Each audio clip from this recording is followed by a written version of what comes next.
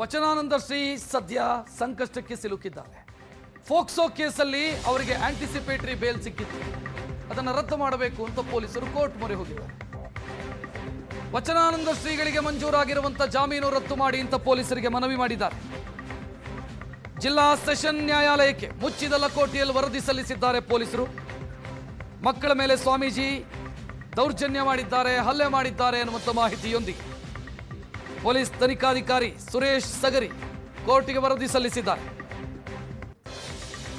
POCSO case ದಾಖಲಾಗ್ತಾ ಇದ್ದಂತೆ ನಿರೀಕ್ಷಣಾ ಜಾಮೀನನ್ನ ವಚನಾನಂದ ಶ್ರೀಗಳು ಪಡ್ಕೊಂಡಿದ್ರು. ಆ ಮೂಲಕ ಬಂಧನದಿಂದ ಅವರಿಗೆ ರಕ್ಷಣೆ ಸಿಕ್ಕಿತ್ತು. ಈಗ ಒಂದು ವೇಳೆ ಕೋರ್ಟು ಪೊಲೀಸರ ವಾದವನ್ನ ಪುರಸ್ಕರಿಸಿದ್ರೆ, ಜಾಮೀನು ರದ್ದಾದ್ರೆ ವಚನಾನಂದ ಶ್ರೀ ಅರೆಸ್ಟ್ ಆಗುವಂತ ಸಾಧ್ಯತೆಗಳಿದ್ದಾವೆ.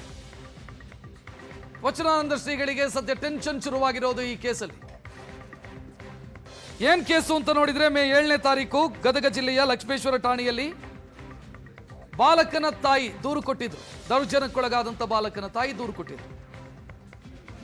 ನನ್ನ ಮಗನ ಮೇಲೆ ದೌರ್ಜನ್ಯ ಎಸಗಿದ್ದಾರೆ ವಚನಾನಂದ ಶ್ರೀಗಳು ಅನ್ನೋದು ದೂರಿನ ತಾತ್ಪರ್ಯ.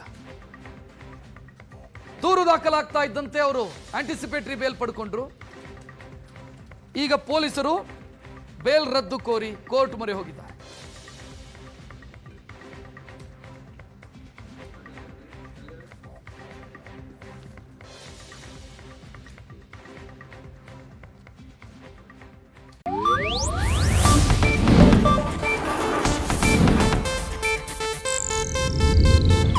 ಇದು ಏಷ್ಯಾನೆಟ್ ನ್ಯೂಸ್ ನೆಟ್ವರ್ಕ್ ಪ್ರಸ್ತುತಿ.